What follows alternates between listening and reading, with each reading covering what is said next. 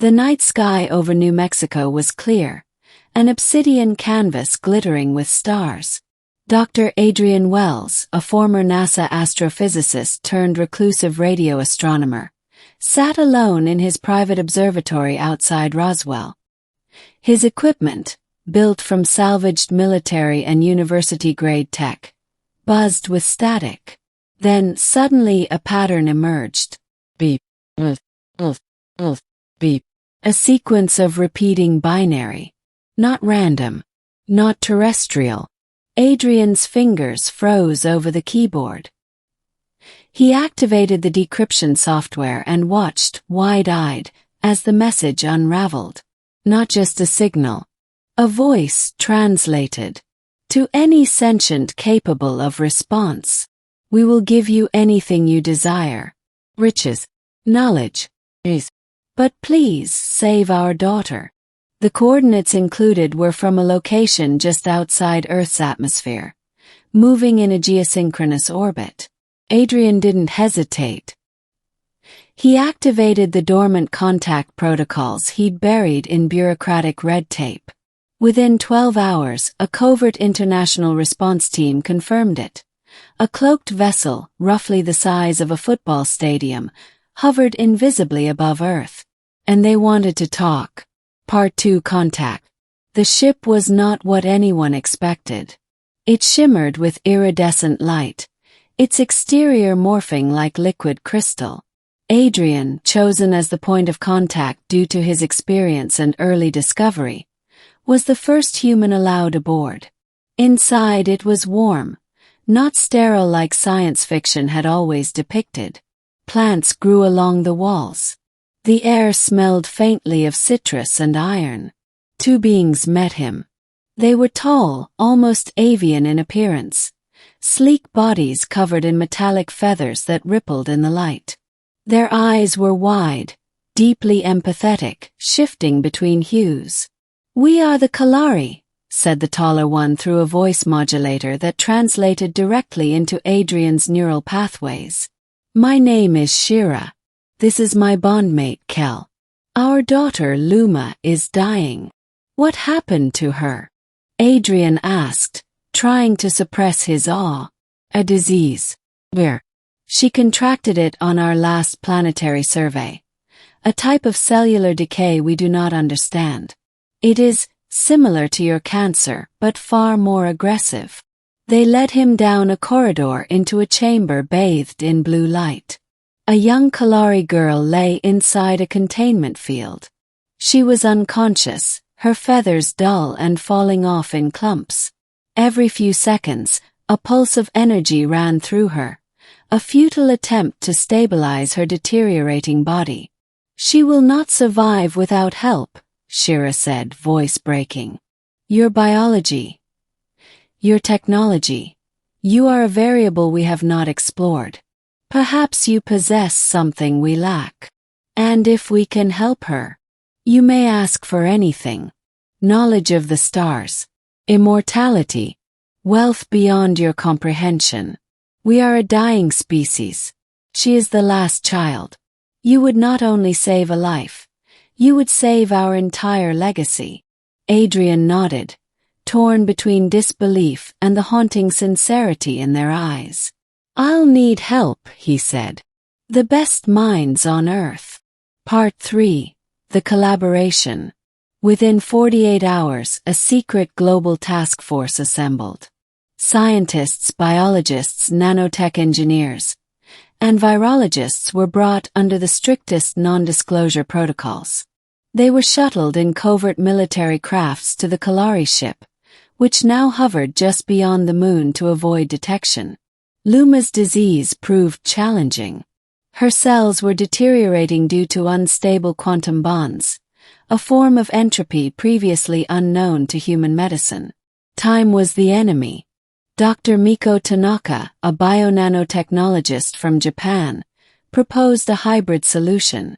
They would use Earth's leading-edge nanites, retrofitted with Kalari quantum biology data, to stabilize and rebuild Luma's cells from within.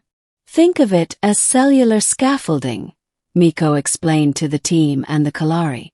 We don't cure the disease. We rebuild the body faster than it breaks down. It's dangerous, Adrian warned. It's untested on humans, let alone alien biology. We have no time for caution, Shira said softly. We entrust you. The nanite infusion began 3 days later. The results were immediate. Luma's vitals stabilized.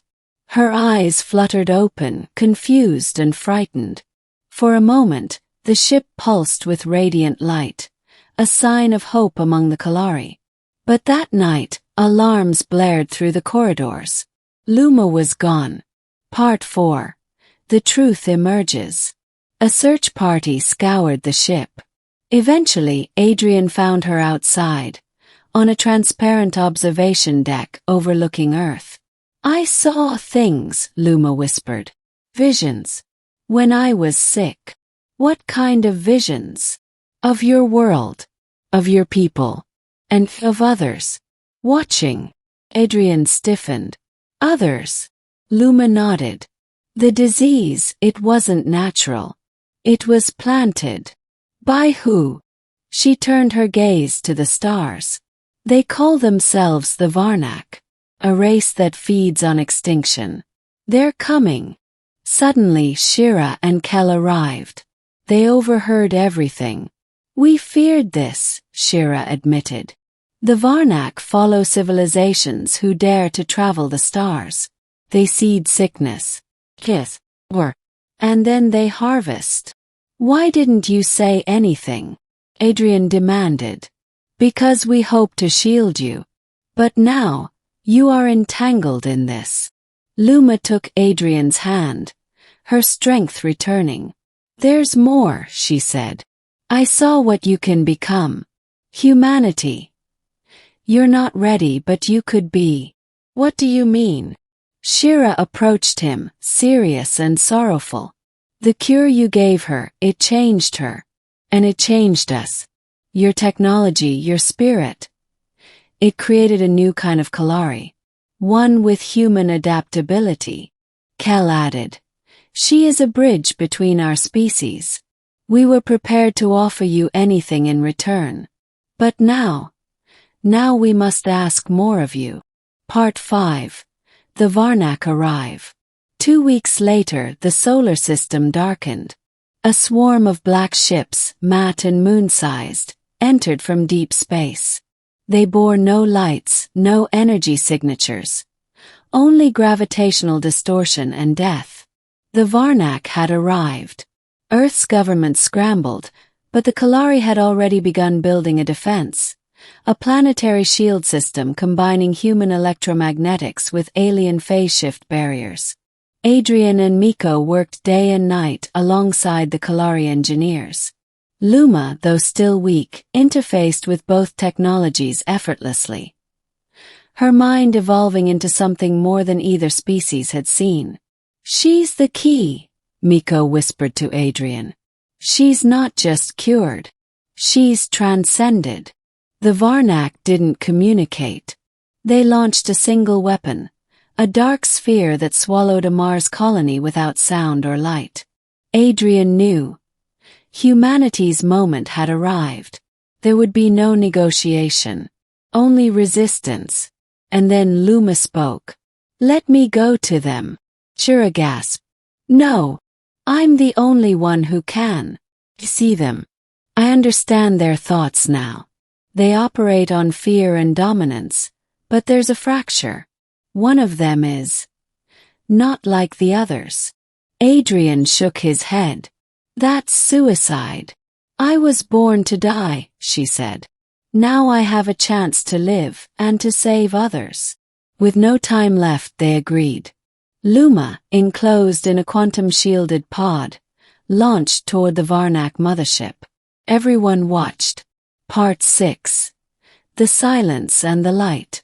For 3 hours there was nothing. Light. Not fire. Not an explosion. Light like music, like harmony. The Varnak fleet, once ominous and absolute, froze in space. A ripple of energy passed through them. Slowly, impossibly, they began to retreat, their ships dissolving into dust. The message returned to Earth, translated by Kalari systems. The fracture has become the seed. The predator remembers being prey. We will not return.